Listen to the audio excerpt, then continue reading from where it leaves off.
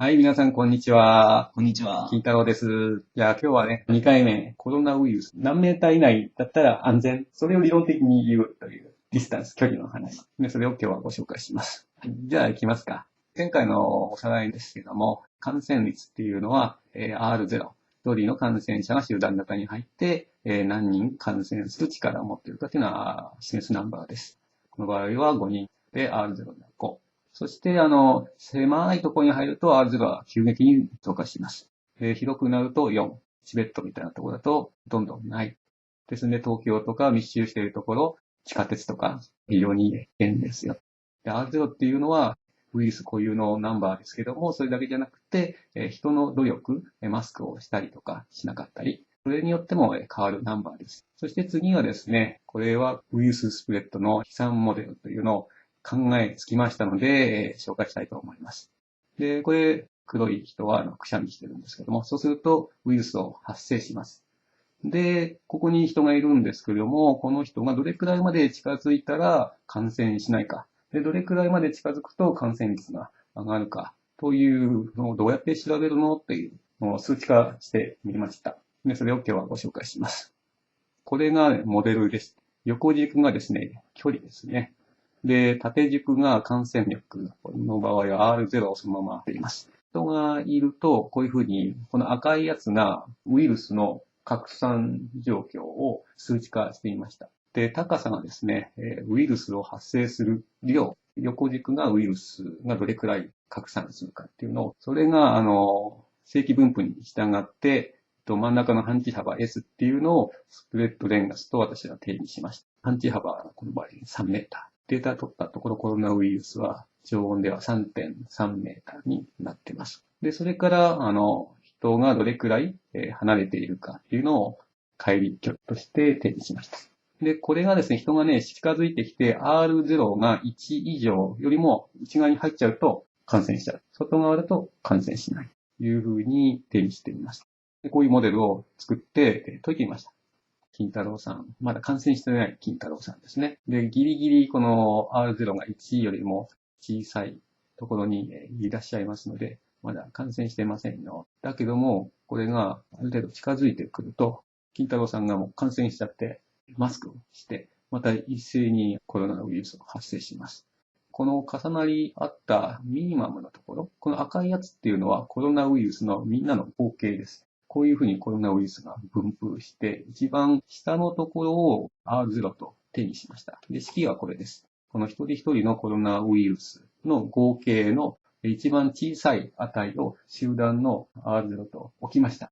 それで計算してみました。すごいですね。手探り状態で予測できるかどうかやっていました。これで皆さん R0、誰も数値化して解こうなんてやった人はいないと思うんですけども、これかなりね、有効です。で、ここにね、いろいろなね、定義があるんですよ。これが、オリジナルの感染力、R0 の小文字の R0。それからこの半値幅ですね。それが、3メーター。これがディスタンス値ですね。T1。この T1 からですね、人口密度に匹敵する値が出てきます。これを、人口の密度を入れて、ディスタンスを計算してもいいし、ディスタンスを入れて人口密度に置き直してもいいと。それから、このエチケットファクター、エチケット効果。これはね、マスクをすると発生したのを抑えるんで、全体のウイルスの量が減るんですよ。半分になったり、3分の1になったり。これがね、R0 になって見えてきますので、それを入れました。で、この場合は、平常状態、モデル A ですね、武漢が閉鎖するまで安心して暮らしている状態を1としました。それから、武漢で危ないよ、ウイルスが拡散しているよと。マスクしてください。手洗いうがいしてくださいよ。そうすると、R0 が急激に減りましたので、その係数を表現しています。このモデルは SARS にも使えるし、普通のインフルエンザにも使えます。空調で換気してるとか、うん。アルコール消毒とか、うん。武漢だとか、うん。そういうのしてると、うん。そういうのしても意味ないんですかね。いや、ありますよ。下に飛んだやつとか、また机に残ってるやつとか、それを、消毒するんで、それも R0 の削減に効いてきますね。花粉症とかも同じような、モデル。で、ボル3で紹介するんですけど、あと温度依存。温度依存はですね、飛散距離に依存します。それはこの次に紹介しようと思うんで、温度依存プラス均衡密度依存の感染が力っていうのをこれで計算することができます。で、今回はそこまでいかないんで、ディスタンスについて集中的にご紹介します。これがですね、前回も紹介しましたように、ダイヤモンドプリンセス号のケースの時の感染力です。で、前回ざっくり15と言いましたけど、モデル化はっきりすることができました。で、これでいくと 13.7 です。13.7 っていうのは温度でノーマライズした時の値で、これは15ですね。普通の値は15。普通の常温の場合はこの15を入れています。13.7。小数点1桁まで計算できてきました。かなり精度が上がりました。それからですね、それを使ったモデルですね。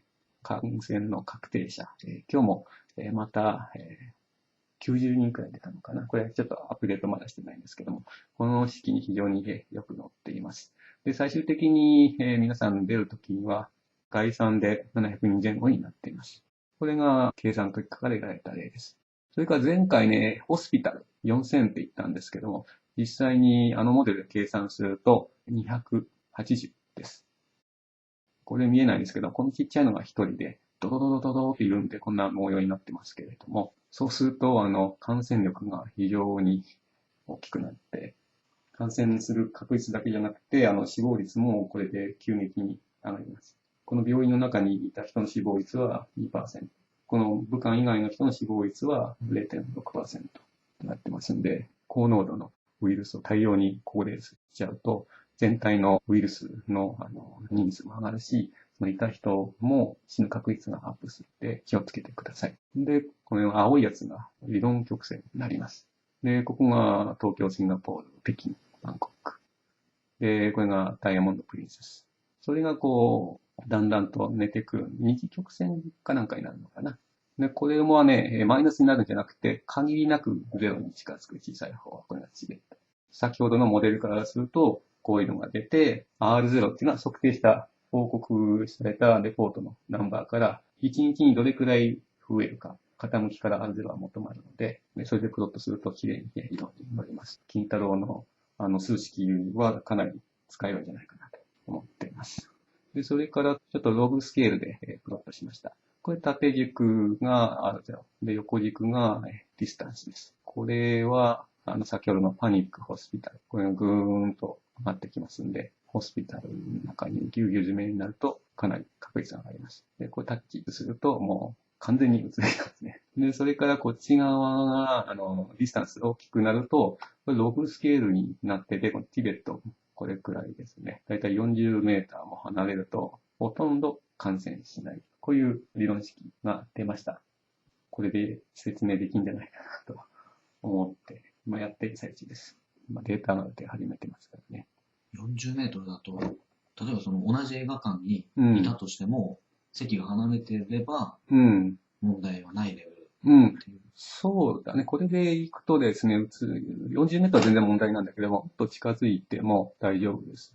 で、このライン、これが R01 のライン、16メーター。16メートル。だと大丈夫だよというふうになってるんだけども、大体そんなもんですよ。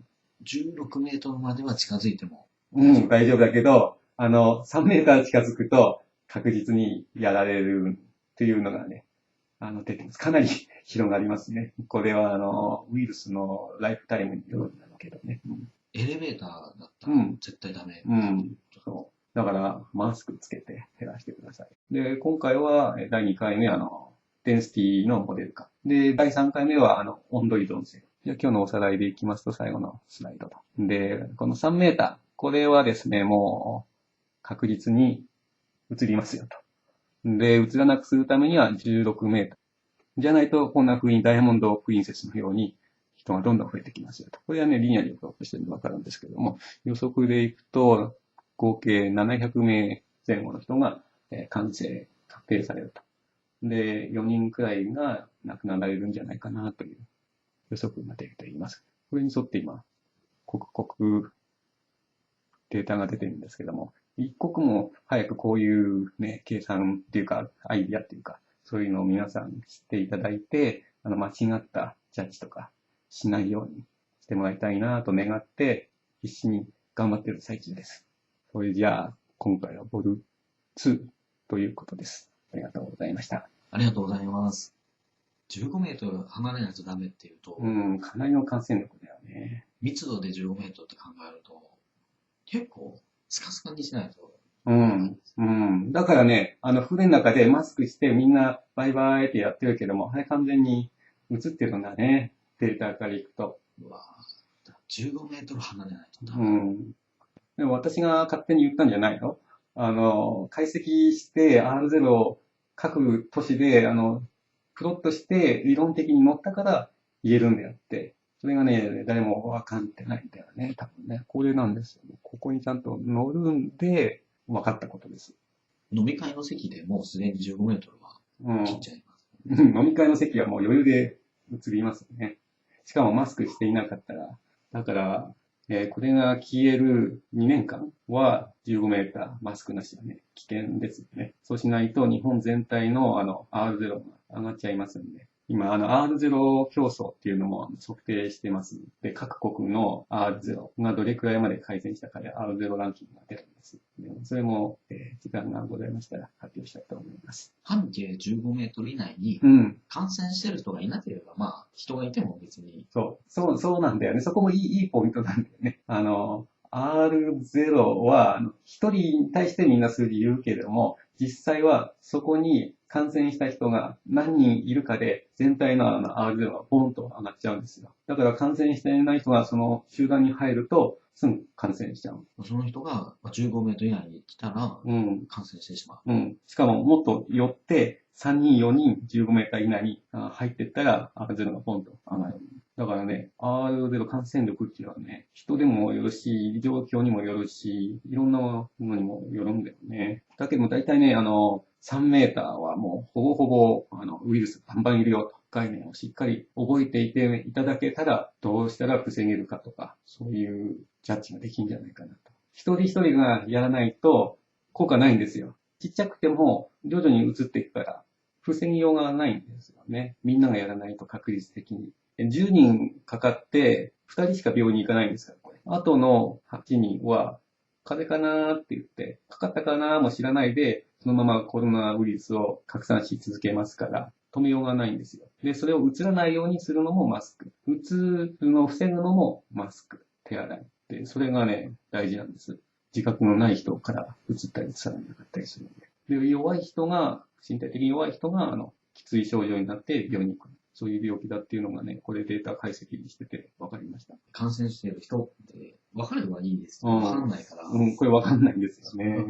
だから後から誰か一人感染して、で、そのルートを辿っていって、みんな検査してみたら、感染したってなるから。で、感染した人も、実は何でもない方にするんですよ。で、それでメディカルアクションっていうのが 17% くらい。皆さん気をつけてください。キーワードはパニックを起こさず、マスク手洗いをして、移さないようにする。移らないようにする。それしかないです。よろしくお願いします。3メーターですよ。絶対危険。どうしたらこのコロナウイルスから一人でも犠牲者を少なく、世界中から減らすことができるかっていうのを一生懸命考えて、これからも皆さんに情報とかアイディアとかそういうものを提供していきたいなと思っています。